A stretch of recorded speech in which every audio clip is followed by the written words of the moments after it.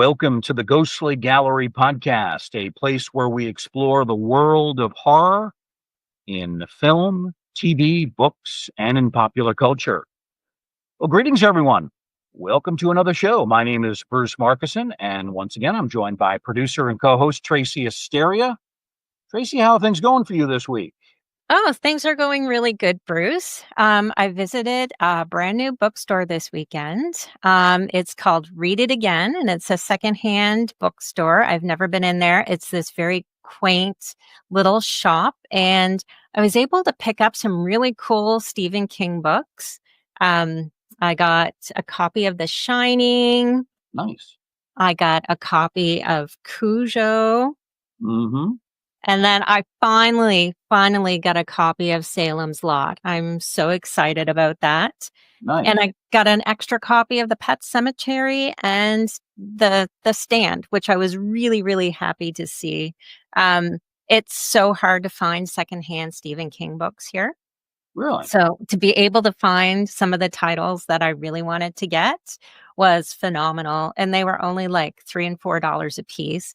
And the shop itself, it's just so quaint. So it's just a reminder, I guess, to support local and go check out all those little independent bookstores. You never know what you're going to find there. Very nice. So you got 5 Stephen King books, and among them. Exactly. And Yeah. I can't wait to read them all. So my winter reading is stacked up here right in this corner. So super happy. Yeah, I'm in the midst of reading Pet Cemetery right now. I've got about 40, 50 pages to go. Wow. I've not read Cujo, though I've certainly seen the movie with Dee Wallace's fantastic performance in that car. Mm-hmm. Salem's Lot, that's probably my favorite of all the Stephen King books. And I love the movie, too, the original especially. Right. So, yeah, great stuff from Mr. King. Good. Mm-hmm. Good to hear. All right, well, this week, Tracy, we are going to be joined by an author as well. He is a historian and a commentator. His name is Troy Howarth. Troy is particularly an expert on European horror, including the films of Dario Argento, Mario Bava. He's also done studies of Werner Herzog, guy who did Nosferatu. And he's also an authority on the legendary American director John Carpenter. We're going to be talking about all those directors here. Troy has provided many film commentaries for DVD and Blu-ray release and has also written numerous books on horror cinema. I was trying to count them up on Amazon at roughly 10 or so, may have been more. And his titles include The Haunted World of Mario Bava, also So Deadly, So Perverse, 50 Years of Italian Giallo Films, wrote Real Depravities, the films of Klaus Kinski. Kinski and depravity, they go together quite well, or maybe not so well. And Assault on the System, the nonconformist cinema of John Carpenter. Those just some of the books, the many that Troy has put together over the years. So we welcome Troy Howarth to the Ghostly Gallery. Troy, thanks for joining us. How you doing? I'm doing very well, and thank you very much for having me. Yeah. Was I accurate about 10 books? Is that in the neighborhood? I think it's closer to 15. 15. Yeah, I just finished another one not long ago, and I'm working on another one right now. So, it never stops. Yeah. Well, maybe we should redo the intro so I say all 15. It's okay. Okay. Yeah. I don't think we need to start over. No. So around 15 books and more on the way from our prolific guest, Troy Howarth. So, Troy, growing up in Johnstown, Pennsylvania, tell us how you first became interested in horror, particularly these European cult films that have really become almost an obsession with you. Well, it's a long story, so bear with me. I'll try to make it relatively concise. But my late mother was a horror film fan, and I think what I'm about to say is borne out by the fact that my maternal grandmother passed away when I wasn't quite 3 years old. And she made a comment about, oh, he likes this stuff because you were watching movies like The Omen when you were pregnant with him. So, I mean, I don't remember, like, I can't point to that sort of seminal movie where I was like, oh, I love this stuff. I've always, as far back as I can remember, been attracted to these films. I grew up on a steady diet of Universal and Hammer and AIP movies. Um, and, when I was about 6 or 7 years old, I saw a movie called Barren Blood with Joseph Cotten, directed by Mario Bava, which I knew nothing at that time. I'm far too young to have any concept of Italian cinema or indeed Italy, even as a country. I was just a little kid, so I didn't know. But I knew there was something about that film that was kind of a little different. It had a different flavor to it, a different feel. And, I was so into reading everything that I could about horror films. In the 80s, it's a little different than now. You didn't have access to movies the way that we do now. So I was always checking books out of the library that dealt with the horror genre.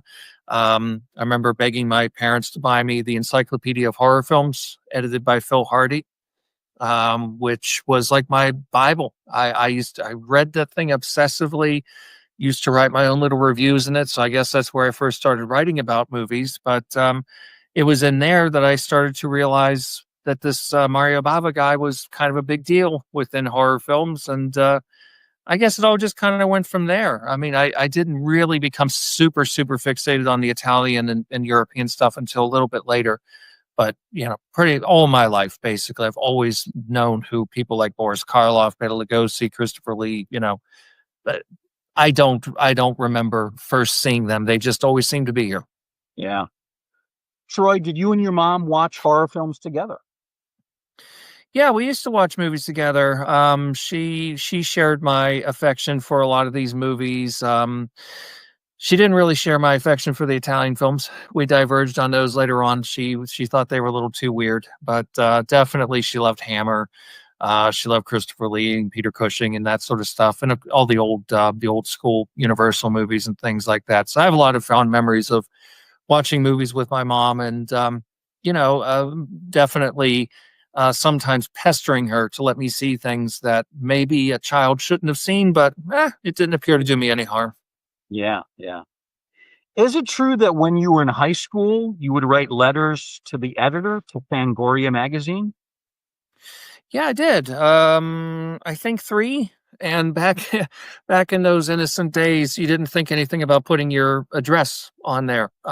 So this is the early 1990s. I got pen pals with people from various different states. I used to write back and forth to a guy in New Orleans, other people from various different places, because growing up in the town that I grew up in, there wasn't much of an opportunity for me to kind of mingle with people who shared my interests. I mean, I used to subject my friends to watching movies. I remember writing into Fangoria. I wrote in specifically one time complaining about the lack of Hammer films on video. They're all available now, but back then they weren't. I remember another time writing in to complain about the the author, or I should say the critic that they had reviewing film books, because he was very anti-Hammer and had written a very snide review of a book on Terence Fisher. So I wrote in, and things like that. Do you remember who that author was? Tom Weaver. Really? Mm-hmm. Okay. Yeah. He is not a Hammer fan, which is fine. That's okay. Each to their own. But as a kid, that struck me as just unforgivable. So I wrote in and told him so.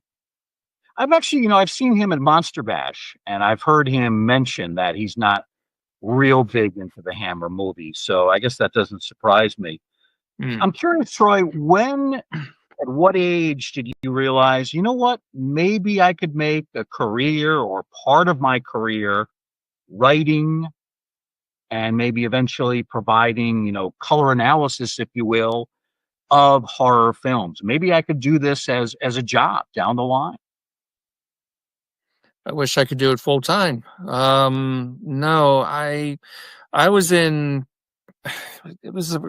between. I graduated in 1995 from high school, and I took a year off before going to college, and my parents were fine with that. They said, but you can't just sit and do nothing. So I had to work.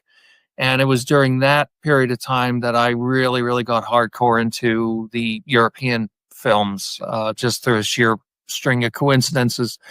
And I started writing what I thought would be either a long magazine article or maybe a monograph on Mario Bava. And when I got started to college, I had a couple of film professors, film and literature professors, who I got to be very close with.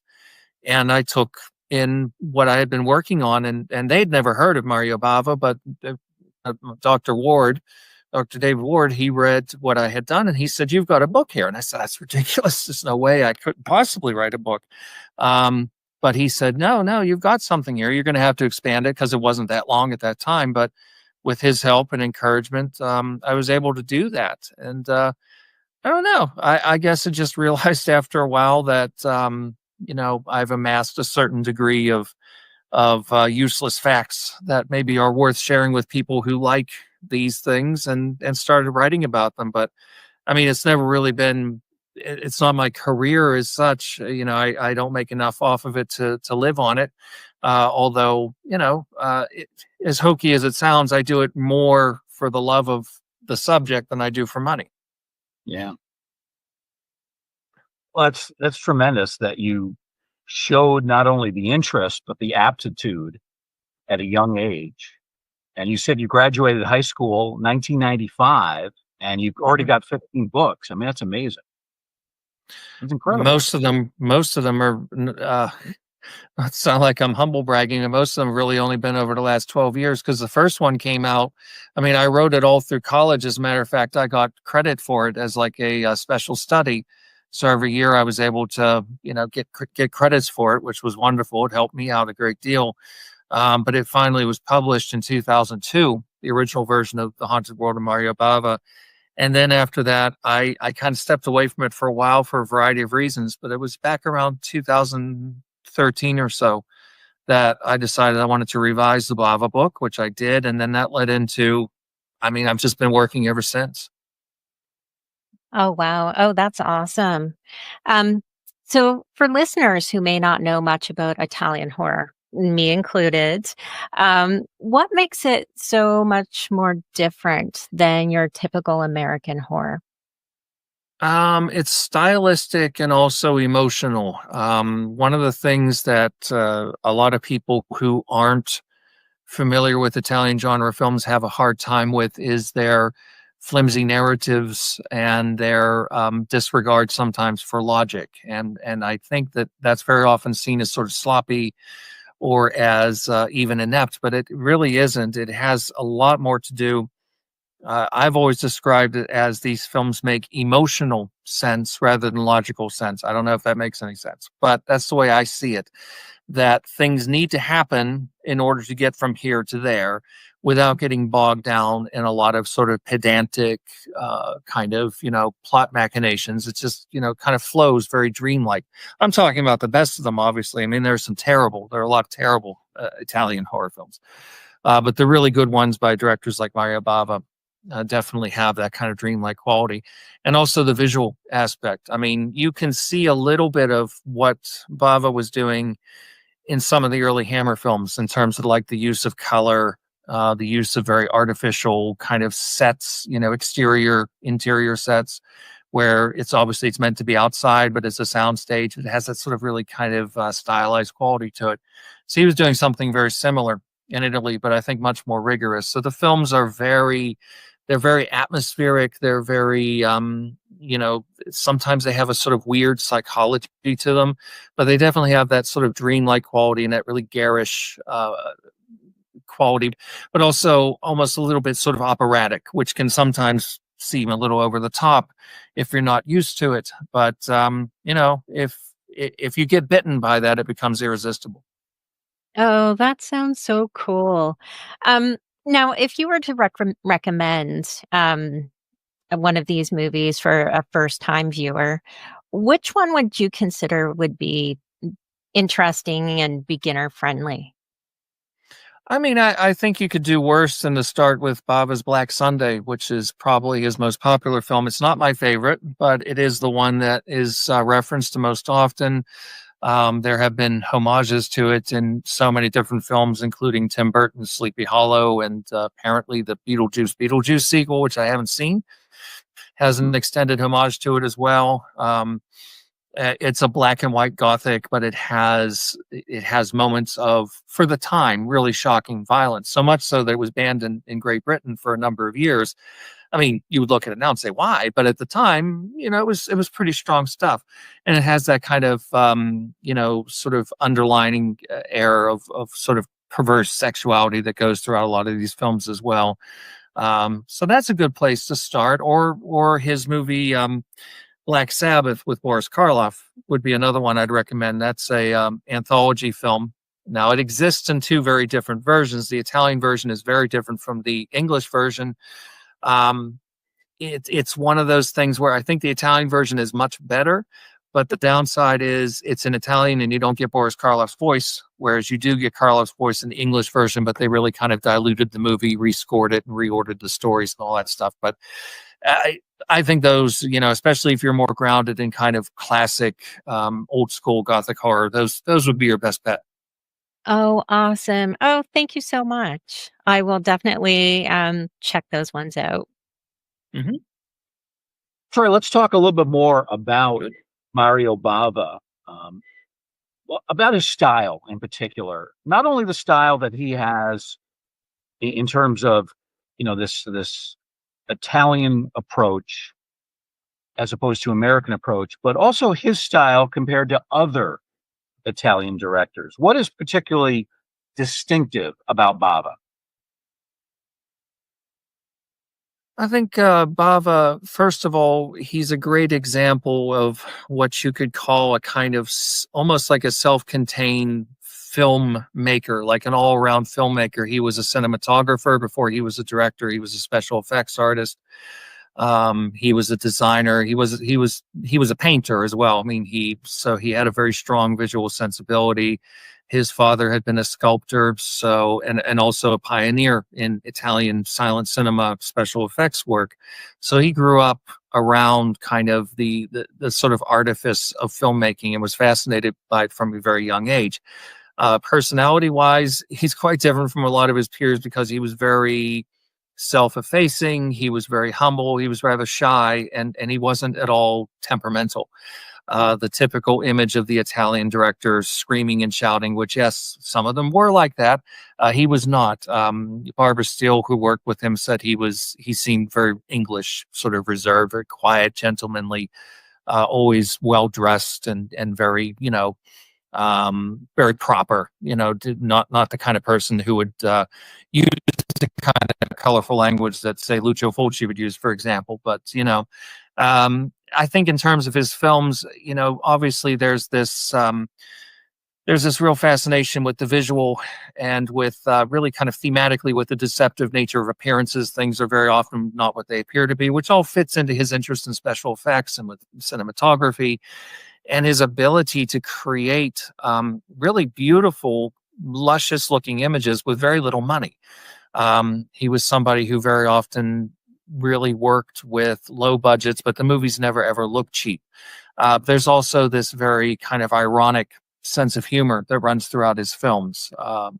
Usually it's rare to find a Bava film that doesn't have a kind of darkly kind of comic quality to it.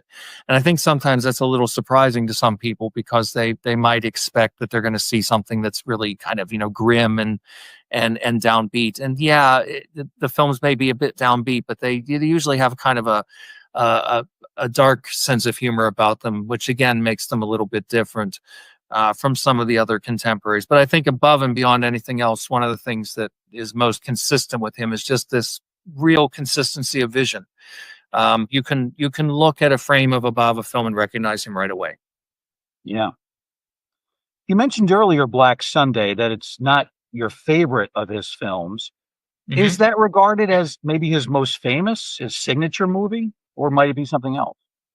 It seems to be. It was his first official film as a director. Now, I have to emphasize he had been helping out uncredited directing and finishing films for other directors like Ricardo Freda, Jacques Tourneur, Raoul Walsh, various other people who, in some cases were Italian filmmakers. Sometimes they were coming from the Hollywood system, but were making those movies in Italy at that time.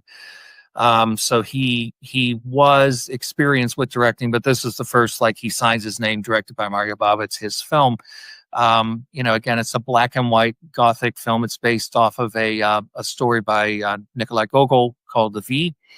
It has very little to do with the story. I've read the story. It's a really wonderful story. It was later adapted as a Soviet film in the late 60s, I think around 1967 or so. And actually, Mario's son, Lamberto, who's also director, did his own version in the late 80s, which is very, very different, very strange, but also, I think, quite good. But it's a black and white film, which is unusual for Bava because he became kind of the grandmaster of color.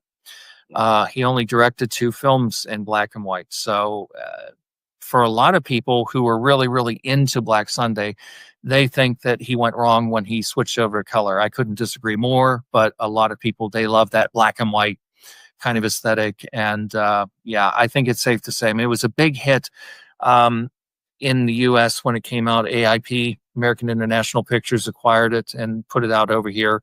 They rescored it. Obviously, they dubbed it into English and all of that, cut it down a little bit. But it was very, very successful.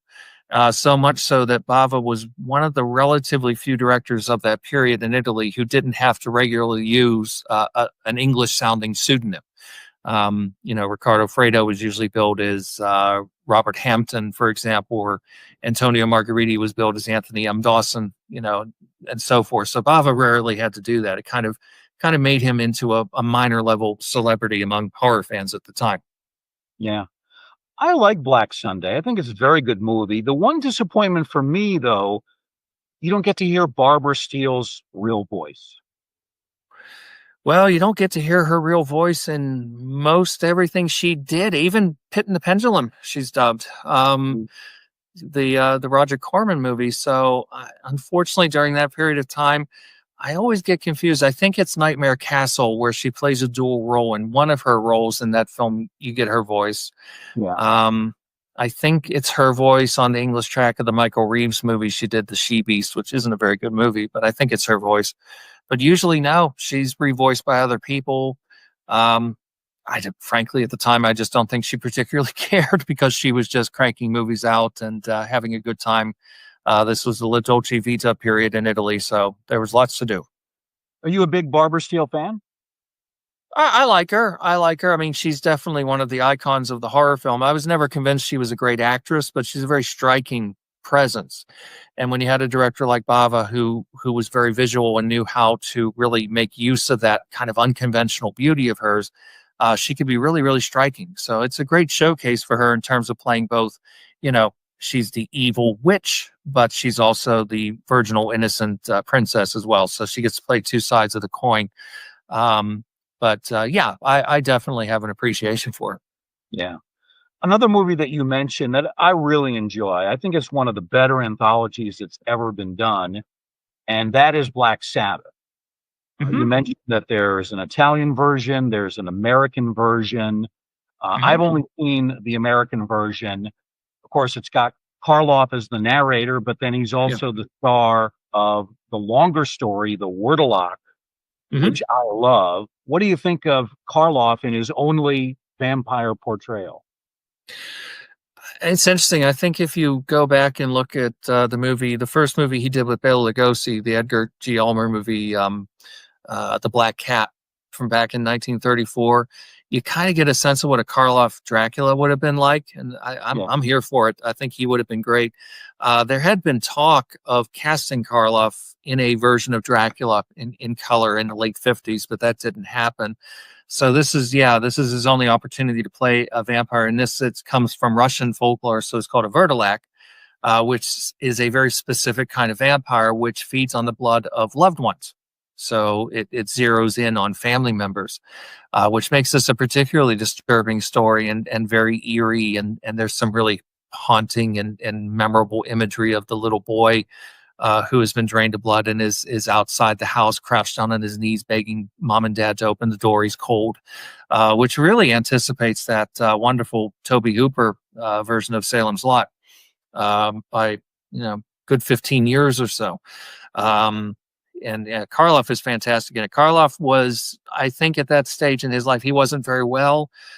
He was getting on in years, and I think when he went to Italy to do the film, he wasn't entirely sold on it, but he ended up loving Bava.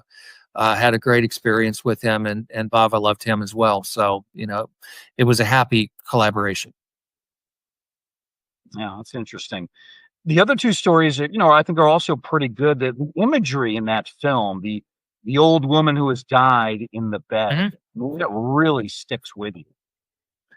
Yeah, I mean it's a central image in the Babadook from about 10 years ago, a horror film that came out that I was very fond of. You see that on TV. So obviously the director Jennifer Kent was a fan and decided to give it a little shout out. So she took that directly? Mm-hmm. Yeah, absolutely. And it's the face is actually a mask that was sculpted by Mario's father, Eugenio Bava. So it's this wonderful kind of very creepy fixed grin, almost like the Joker, but I mean it's just absolutely nightmarish. It's really I think that segment is the best of the three, and in its own contained way, it could be the best thing he ever did. But it's a really he was always really fascinated by the idea of the mundane objects becoming frightening. You're alone in your room at night, shadows are looming. That was the kind of stuff that really scared him, and that he really wanted to try and explore in some of his films, and that's an opportunity for him to do that. Another movie that I've heard you talk about, and I have to confess I have not seen this one, but that is Bay of Blood. What's your opinion of that one? Oh, I like Bay of Blood a lot. It is generally accepted to be kind of the template for Friday the 13th. There are definite similarities. I think it's unlikely that the director didn't see the film at some point, because the director of Friday the 13th was involved with a company called Hallmark Releasing, which had put out Last House on the Left, which he produced. And Bava's film, which had absolutely nothing to do with Last House on the Left, at one point was re-released in theaters as Last House Part 2. So I have a feeling he probably did see it, even if just out of curiosity at some point. It's basically a dark comedy with a bunch of scummy people killing each other off. It's just mayhem in a very deliberately grand guignol, over the top kind of a way. And I think it was very much his reaction to the fact that during that time, his traditional style of kind of atmosphere based horror films were going out of fashion. So he kind of needed to try and do something that would announce to people that, yeah, I can do this too. And it's a really good film. I like it immensely. But if people who are not fond of gory movies probably wouldn't like this one. So it's really graphic.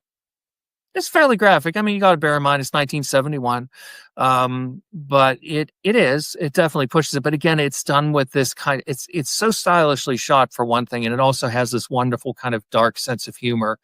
I would find it very hard to get offended by it, but it is fairly gruesome. And as a point of trivia, one of Bava's kind of disciples in the fields of special effects, who worked with him on a number of his films, is Carlo Rambaldi, who later did E.T. and Alien and Close Encounters and things like that, and King Kong.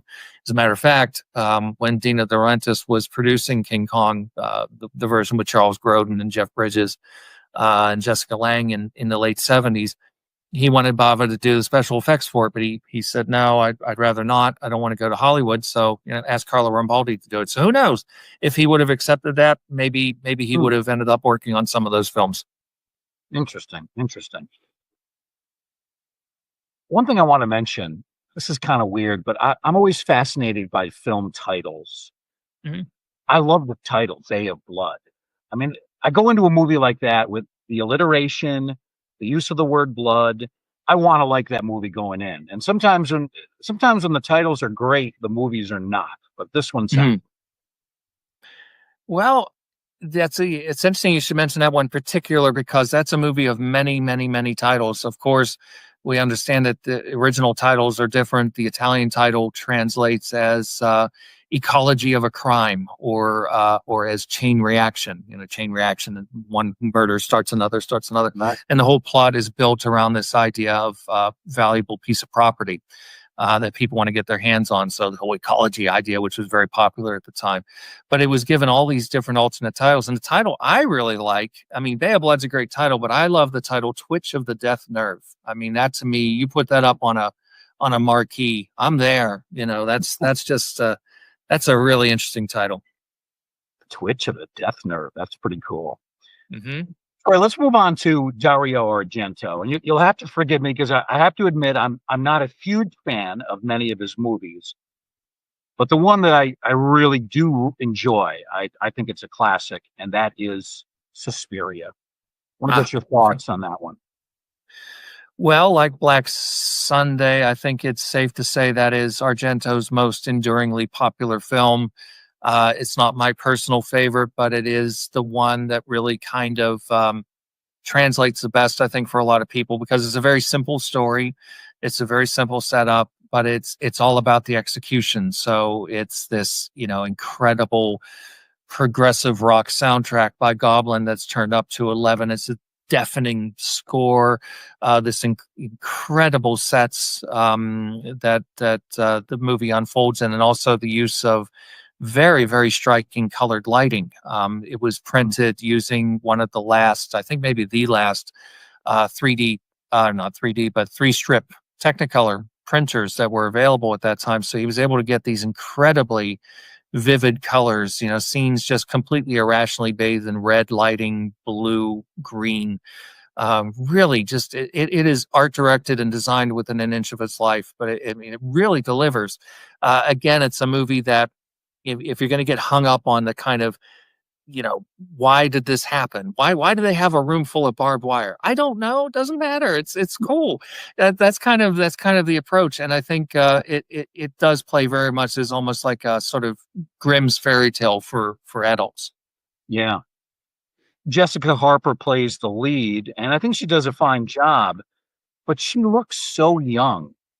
She almost looks like she's about 12 years old, and this academy, I think, is for like 18 to 20-year-olds. I don't think that hurts the movie. It's just something that jumps out at me. Well, interestingly enough, believe it or not, he had written the film with his then. People always think that they were married; they never were. But Daria Nicolodi was a very well-regarded theater actress and film actress that he had developed a relationship with, and they were together for a period of time, and they wrote this script together. And the original idea was that it would be, and again, in the tradition of Grimm's fairy tales, it was going to be about children.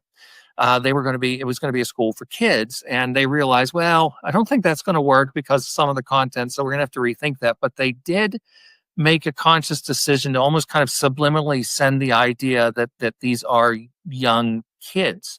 So even if you pay attention to things like the door handles, they're up way higher than they should be. And it's just to kind of give you this sense of them being like children, essentially. It's almost a completely female dominated film. There are only a handful of male characters. I think the real standout, I mean, as much as I like Jessica Harper, is the great actress Alida Valli, who had been in The Third Man with Joseph Cotten and Orson Welles, and had worked with Hitchcock and worked with Visconti. She plays this, kind of instructor at the academy who's like something out of The Red Shoes, the Michael Powell film, and she's just demanding and incredibly villainous and steals every scene she's in. One of the reasons I like the movie is you got Joan Bennett from Dark Shadows. I'm a big Dark Shadows fan. This was her final film, feature appearance. Also, a few years ago at a horror convention, I had a chance to meet and interview, and I hope I'm pronouncing her name correctly, Barbara Magnolfi, who's in the movie. And she was delightful to talk to. Heavy accent, but spoke English very well. I'm curious, have you ever had a chance to meet any of the actors, not just from this, but any of these films we're talking about today? I've interviewed a bunch of them. I mean, off the top of my head, it's difficult to remember. I mean, I've interviewed people like Franco Nero, not that he never worked with Argento, but he worked with Fulci, and Argento wise, yeah, there were a few different people that I was able to interview. Sally Kirkland, who was an American actress, she was in a movie that he did in America called Two Evil Eyes. You know, a few people along the way. I'm kind of drawing a blank right now, but my experiences have been very positive, I have to say. I mean, you know, even dealing with some of these actors who, in some cases, you know, they're getting on in years and English isn't their first language, but you know, they do very well as far as I'm concerned. Yeah. Another film that I've heard you talk about, and I know you're a big fan. This is an Argento film from 1975, Yeah. Deep Red, and this is Yeah. one that I've seen, but it's been a while. I don't remember it that well. But what really grabs you about Deep Red? So Deep Red is an example of the giallo, which is a very specifically Italian brand of thriller, a stylized. It's not always a murder mystery. It can be a variety of different things. Sometimes there are those types of diabolique style plots of people trying to drive a mentally fragile protagonist nuts so they can inherit money or whatever. There's a whole bunch of different sort of subgenres within it, but essentially they're Italian thrillers, very stylized, traditionally rather pulpy. You know, they trade a lot on images of kind of sex and violence, but very stylishly packaged, always with really beautiful soundtracks and really kind of creative murder set pieces. And Deep Red is, to me, the ultimate example of that. It is absolutely gorgeously photographed. Again, another amazing Goblin soundtrack, which had a big influence on Halloween. John Carpenter is a big fan of Dario Argento, and he's openly said so.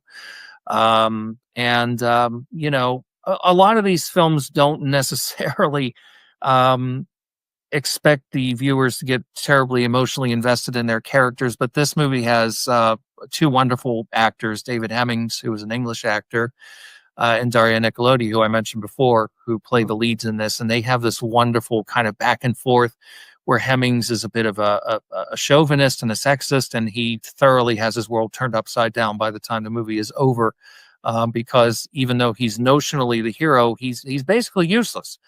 He doesn't really do much of anything. He's always constantly being sort of rescued by Nicolodi's character. So this is kind of battle of the sexes thing that goes on in the movie, which is really charming, but it's genuinely creepy and again, just gorgeously shot. Is that your favorite of the Argento films? Yeah, that's my favorite for sure.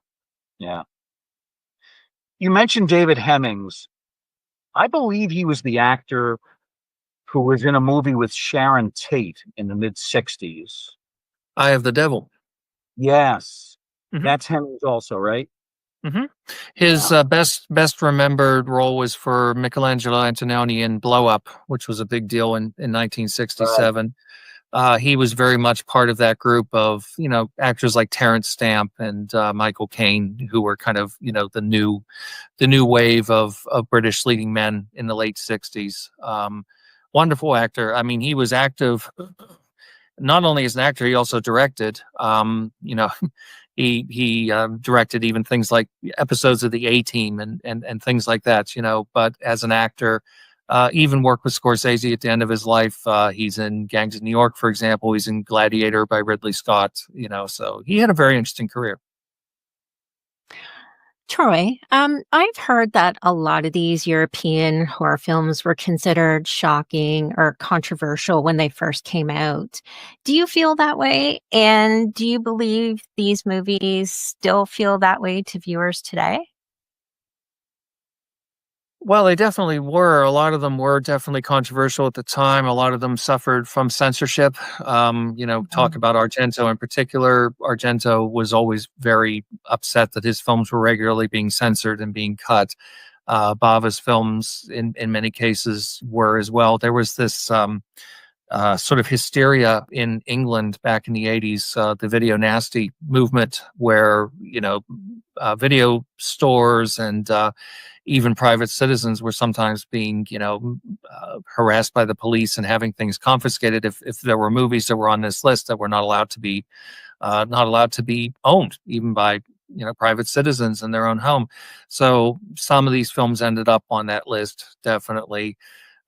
Looking at it now, it seems preposterous, but I mean, some of them definitely do still have a real kind of impact. I would imagine, it's tough with a modern young audience, especially a very cynical crowd, because if things that might elicit chuckles, like some of the dubbing and things like that, it might kind of, trigger some unintentional laughter, but then they have a way of sneaking up on you and sometimes really surprising you with their scenes of violence and sometimes really creepy kind of elements. So I think they would still play very well. I've seen a couple of these things like with appreciative audiences, and they play very well. Oh, nice, nice. I'm actually looking forward to exploring some of these movies in the really near future. So my next question is, why do you think European horror films from the 60s and the 70s are attracting new fans today? I guess because of their weirdness. We're so used to movies. Movies have become more and more of a kind of product. Mhm. Movies are now very much. I mean, there's so much emphasis on, you know, uh, the box office and on Rotten Tomatoes scores, and so many things are just sort of tentpole films and remakes and reboots and sequels. And here are these movies that, sometimes they've got their failings, they've got their shortcomings, but they're not really. The irony is a lot of the films were seen at the time as kind of like ripping off other films. Italian films very often were seen as kind of like magpies, that they were going out and doing their own versions of popular films, which was true, but they always did it in their own way. So even though, yeah, there might be, movies that are indebted to other films, and there's all kinds of influences back and forth, but they have a very distinctive personality. They're the types of films you're not going to see at the Cineplex. So I think that has a lot to do with it. They sometimes are very transgressive. They really push boundaries, and they're not afraid to just be sort of weird and strange and sometimes magical. Oh, wow. Yeah, I think just I've never really explored this particular genre, but I think it just opens up a whole new segment of films to take a really good look at soon. Awesome. Thank you. I agree. Troy, let's talk about another European director, different style, Werner Herzog. He gave us the 1975 or 79 film, I should say, Nosferatu the Vampire, which I like. Mhm. We've had people on this show, guests who have loved it, others who really did not care for it all. It seems to be all over the spectrum. Where do you stand on this one? I think it's the greatest vampire film ever made. Wow. But I totally get it because it's slow. I make a big difference between slow and boring. I think slow is fine. A lot of my favorite movies are slow. Boring is different. If a movie can be an hour long and feel like it's 3 hours long, and I'm checking my watch every 5 minutes if I'm not interested. But if it doesn't matter, I've seen films that are 3+ hours long, like The Irishman. I didn't look at my watch once. I loved it. But this movie, because it's very, very atmosphere based, very mood based, and it is very, very slow, I get it. I think what's remarkable is that, not to get too far afield from your question, but you know, the original 1922 film by Murnau is a masterpiece.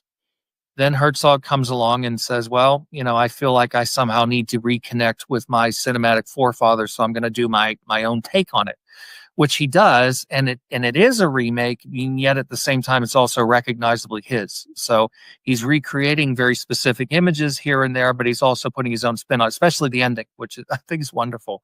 Um, but then just last year, Robert Eggers comes and makes his version, which I also adored. I cannot think of a great film that has been remade twice as great films. It's the only one I can think of. Because usually people say movies are remakes, and I don't always necessarily agree, especially if they're based on books or plays, pre-existing material. But these are all based very specifically on Murnau's film. So I think Herzog is my favorite of the three, though. Wow. A lot to talk about with this movie and the star Klaus Kinski, which we'll get to in a moment. One of the things I find very creepy, almost makes my skin crawl, are all the white rats. I Mhm. mean, I'm just thinking about it now, I'm starting to itch. Yeah, well, I mean, that's an element that again comes from Murnau's film, which is this idea of equating vampirism with the plague. So sort of getting into that idea of pestilence. In the 1922 film, he was called Count Orlok or Graf Orlok because Mhm. they thought that the copyright was going to be an issue. It turned out it really wasn't an issue because apparently the book never really was properly copyrighted, so they didn't have to worry about it. But at the time, they did.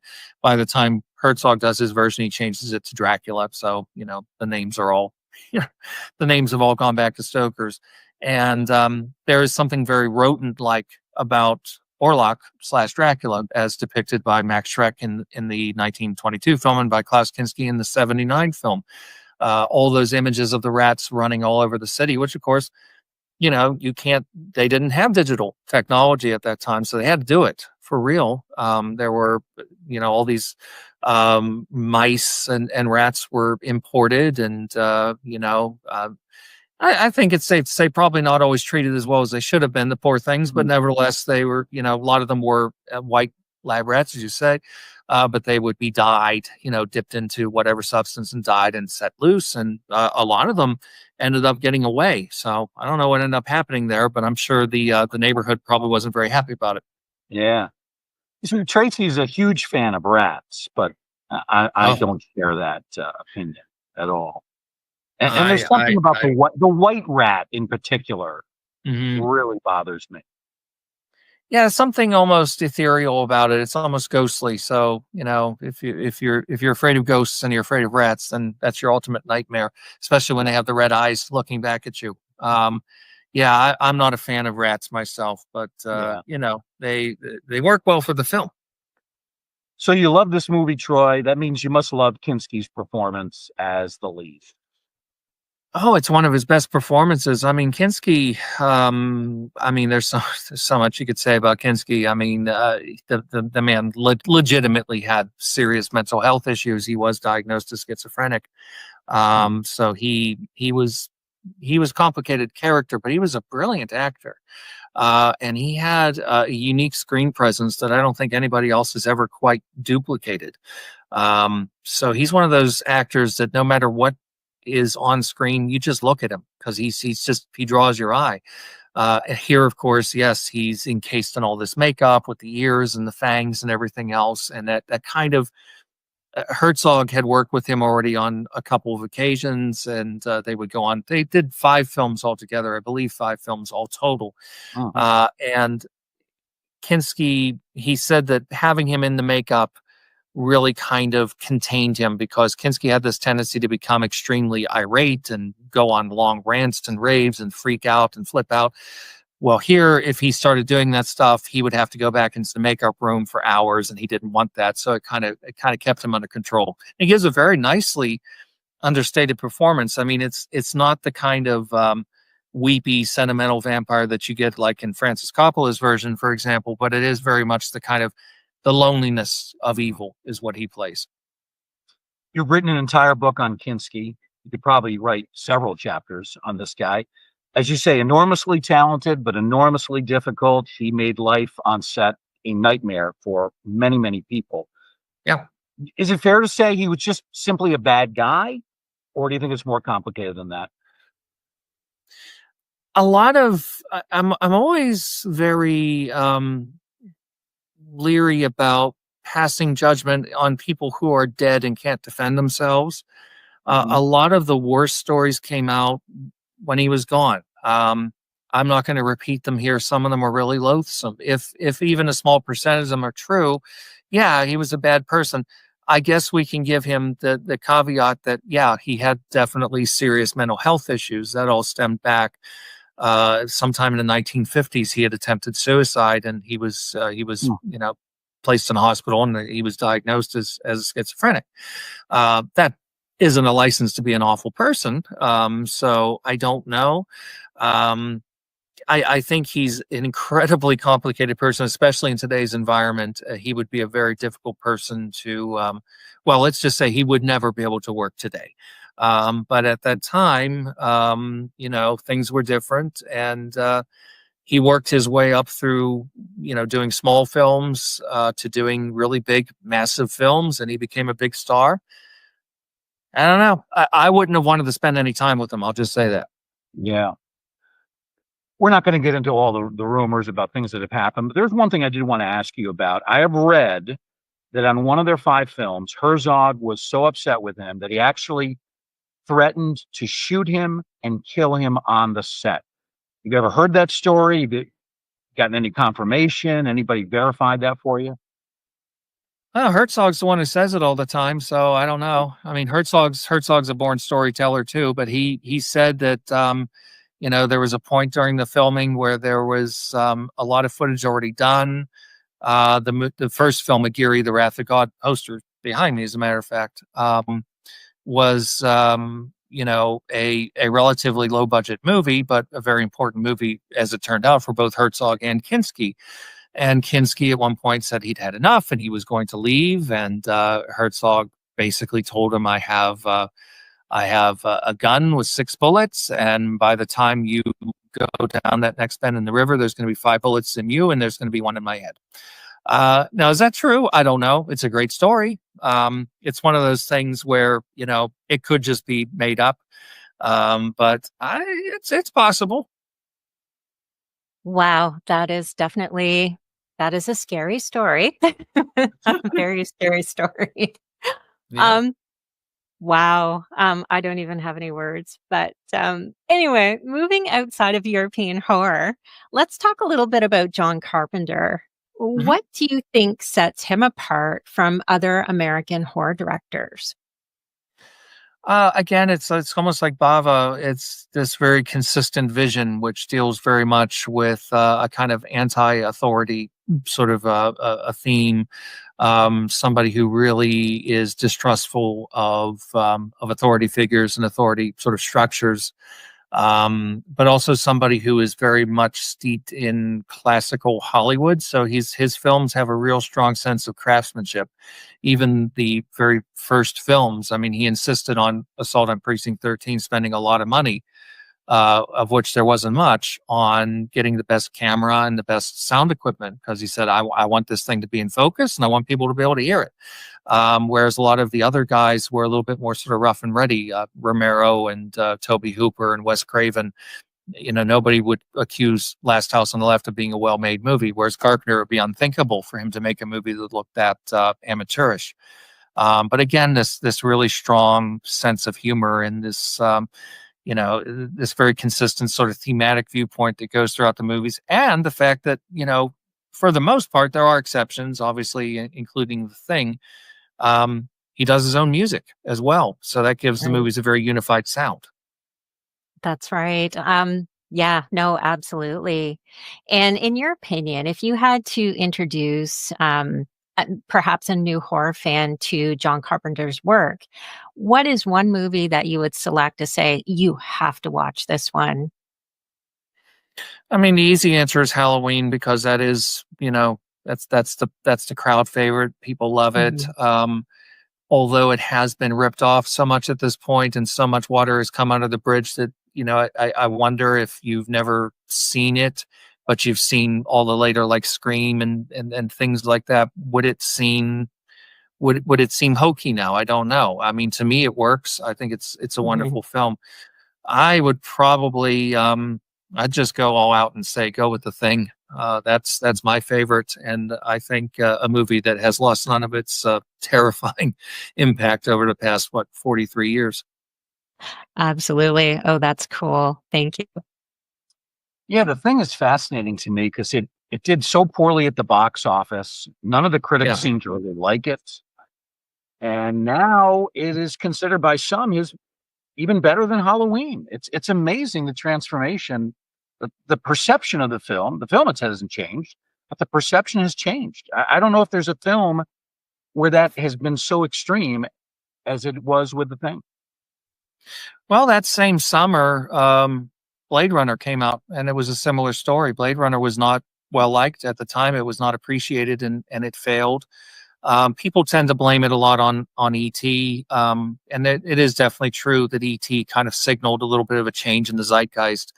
But ET's a dark movie too. I think it's easy to kind of, undervalue that movie and say, oh, it's just sort of mainstream crowd pleaser. It has its own dark elements. I mean, it deals with a dysfunctional family and all these kind of things that are going on. So I wouldn't say it's entirely just that, but the thing was so uncompromising in terms of its just grim determination to see the story through to its logical conclusion. And yeah, a lot of the critics didn't like it. Gene Siskel did. Gene Siskel was one of the relatively few people who defended that movie. Roger Ebert didn't like it. Most of the critics did not like it. And Carpenter was just devastated because he thought it was the best thing he'd ever done.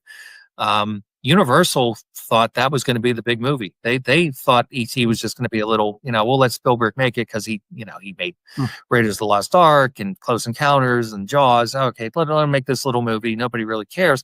The thing is going to be our big box office, and it wasn't. It wasn't. It was completely the opposite. And Carpenter, I don't think ever really quite recovered from that because it just. I think that really it wasn't just the fact that the movie wasn't well reviewed. I think he could have dealt with that. But it was the fact that the fans didn't like it either. I mean, people just dismissed it completely. They thought it was boring. They thought it was too gory. It was too, it was too downbeat. It was confusing. All of which seems strange to me. I look at it and I think it's a remarkable movie. It's one of those, I think, truly kind of perfect movies. But yeah, it took a while for people to kind of embrace it. Troy, I want to get thoughts on two of my favorite Carpenter films. They're not necessarily his best, but I just like them. One is The Fog, which has a very old-fashioned, ghost story-like feel to it. Yeah, I really enjoy it. Some have said to me, it's kind of boring, but what do you think of it? So Fog's an interesting one because I've been on both sides of that fence. I used to find it a bit underwhelming, and for years I used to think, you can tell that the production was troubled and it doesn't quite work. There's good stuff, but it just doesn't work on the whole. And then, I don't know, it was one of those movies I just sat down one time and watched, and I was like, oh my God, I love this now. I think it's great. It's very much a reaction to Halloween where he said, all right, I've done a knife picture. Now I want to do an atmosphere picture. And this is an old fashioned kind of a ghost story. The problem was by the time the movie was coming out, you'd had things like Alien had come out and Friday the 13th was right around the corner. And he had a kind of crisis of confidence there and decided he needed to punch it up a little bit. So he added in a few kind of shocks. But they don't really betray the overall tone of the movie. It's very much an ensemble piece with a really good cast. Hal Holbrook plays the priest. It's a role that Christopher Lee had turned down. Just as he had turned down playing Dr. Loomis in Halloween. So unfortunately, he didn't get a chance to do those. But that's okay because Holbrook is really good, I think. And, get Janet Leigh and Jamie Lee Curtis together, mother and daughter, and Tom Atkins and Adrienne Barbeau, who Carpenter married at that time. It's a really atmospheric and I think very enjoyable movie. You mentioned it was a troubled set. I didn't know that. What was the problem?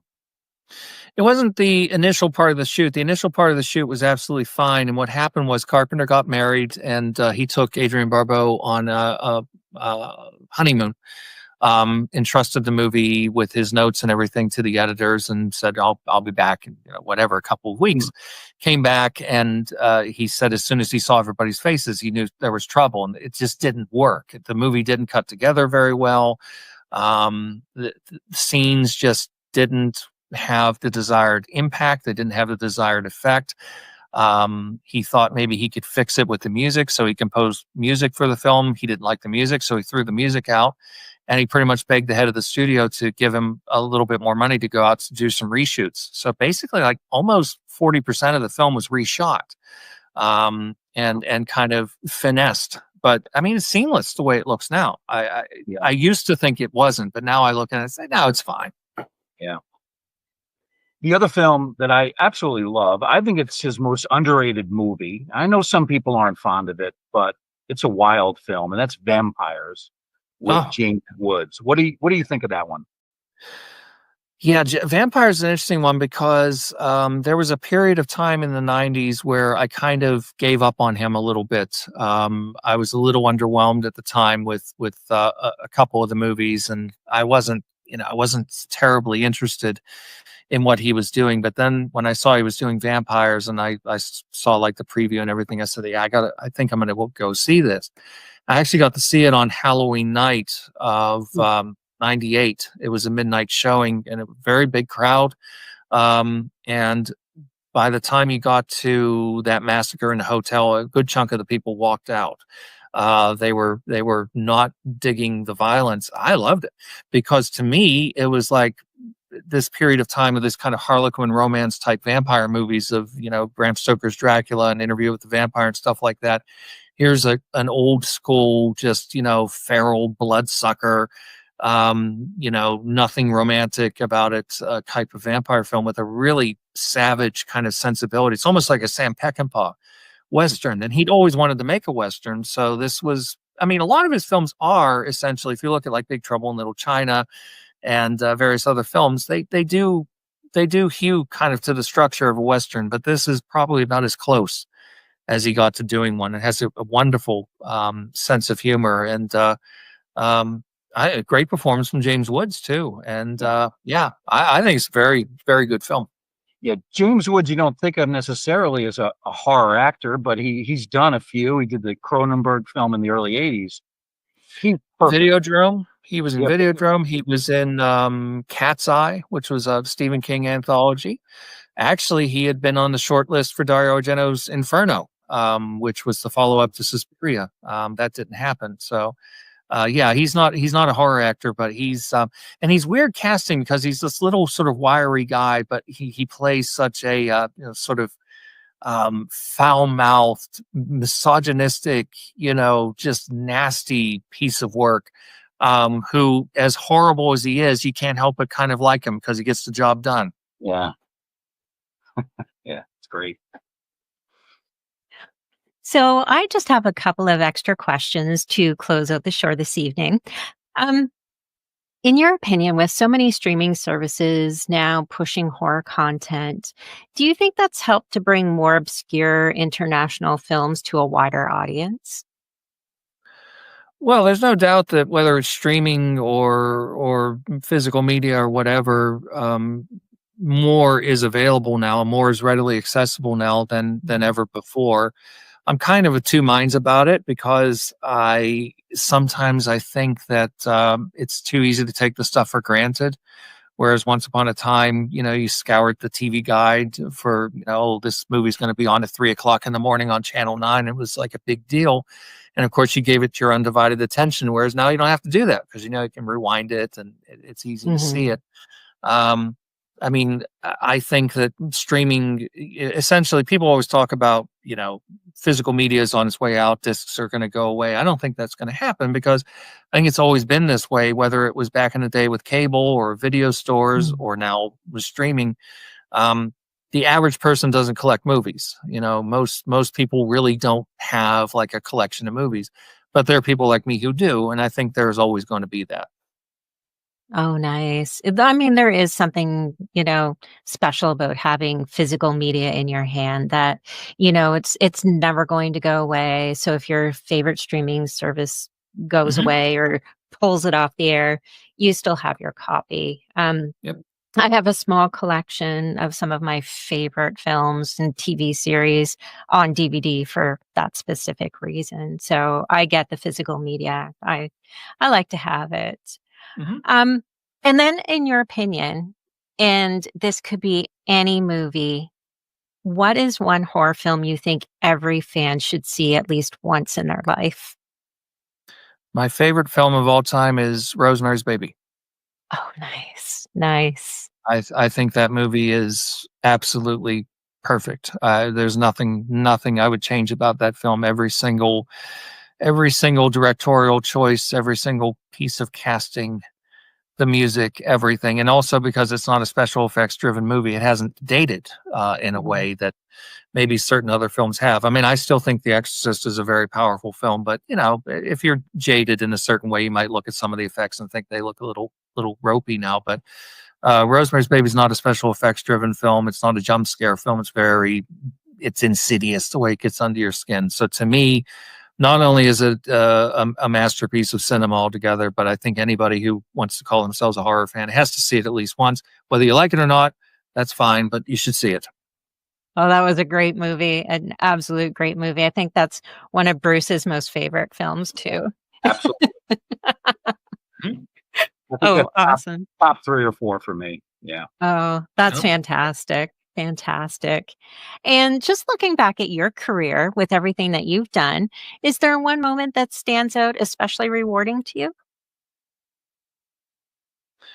Um, I think one of the, I mean, there's been a bunch. I actually did have something happen recently that I can't talk about, which it was quite nice, but it's not public news yet, unfortunately, so I can't talk about that. But I think one of the things that I really kind of was super proud of was when I interviewed John Carpenter for my book about him, which was went very well. He was very nice, and as much as I enjoyed that he took the time, which is not a big deal, but to me it was a big deal to do a selfie holding the book.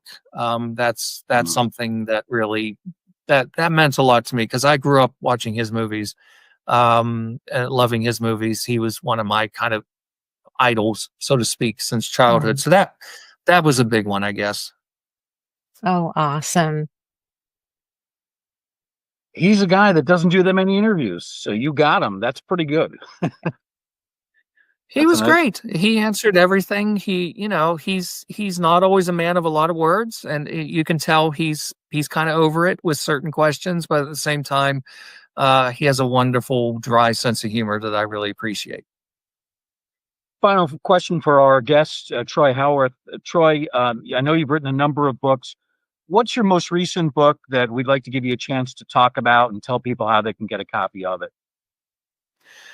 Well, the most recent one that was published is called Innocence Lost, Robert Siegel and the Curse of Lorien. Now, I have to explain that because that's pretty obscure. And Robert Siegel is a German filmmaker who, in the late 1980s, made his debut with a movie called Lorien, Laurin, which is very out of step with 1980s horror films. It's very much classical, gothic, atmosphere-based, very beautifully, it looks very much like a Bava or Argento film. It was not successful, and his career didn't really go the way that it should have done, hence saying the movie's sort of cursed in a way, because it didn't lead to the opportunities it should have done. So he's not a very well-known figure, but I was able to work with him, interviewing him in depth about his life and his career and kind of covering everything in detail and all the near missed projects that nearly got made and didn't get made. So that's a book that is the most recent one that came out. The next one in the pipeline is a book I wrote with an Italian colleague of mine, friend and colleague, Eugenio Ercolani. It's called Unsung Heroes of Italian Cinema, and it deals with directors who didn't have big careers in terms of making a lot of movies. So not the kind of directors you could really devote a single study to, but put a bunch of them together. And so that book is coming out, I don't know, either late this year or early next year. All right, very good. The Innocence Lost book you can get at Amazon. Do you also have a website too where people can check out your books? No, I don't have one. I'm technically kind of inept, so I've never bothered. I'm too busy writing to figure out how to build a website. So Amazon's your best bet. So it's Innocence Lost, and what's the rest of the title? Robert Siegel, that's Sigl, Robert Siegel and the Curse of Lorien, Laurin. That's the film title. Folks can find that, of course, at Amazon.com under the name of Troy Howarth. Troy, this has been great. It's a first chance we've had to talk to you. You were highly recommended by our mutual friend Dan Day. Dan said that you would be great. You have been great. I just wish we had talked to you sooner. It's been fantastic. Well, thanks to Dan. I appreciate the kind words being put in for me, and thank you both. It's been very interesting, and I've enjoyed talking to you both. Well, we do appreciate. Keep in touch, and let us know when your new book is out as well, because we'd like to talk. We'd like to certainly promote that best we can. Thank you. Our guest has been Troy Howarth, who not only does all these wonderful books, but also does many film commentaries for DVD, Blu-ray releases. You can find him all over the place, both as an author and as a film commentator. We appreciate Troy joining us for this past hour. My thanks also to co-host and producer Tracy Asteria. Tracy, thanks to you. Thanks to all of our listeners as well. We always appreciate you taking time to visit us in this Museum of the Macabre. And we do hope we'll see you again next time, right here in the Ghostly Gallery.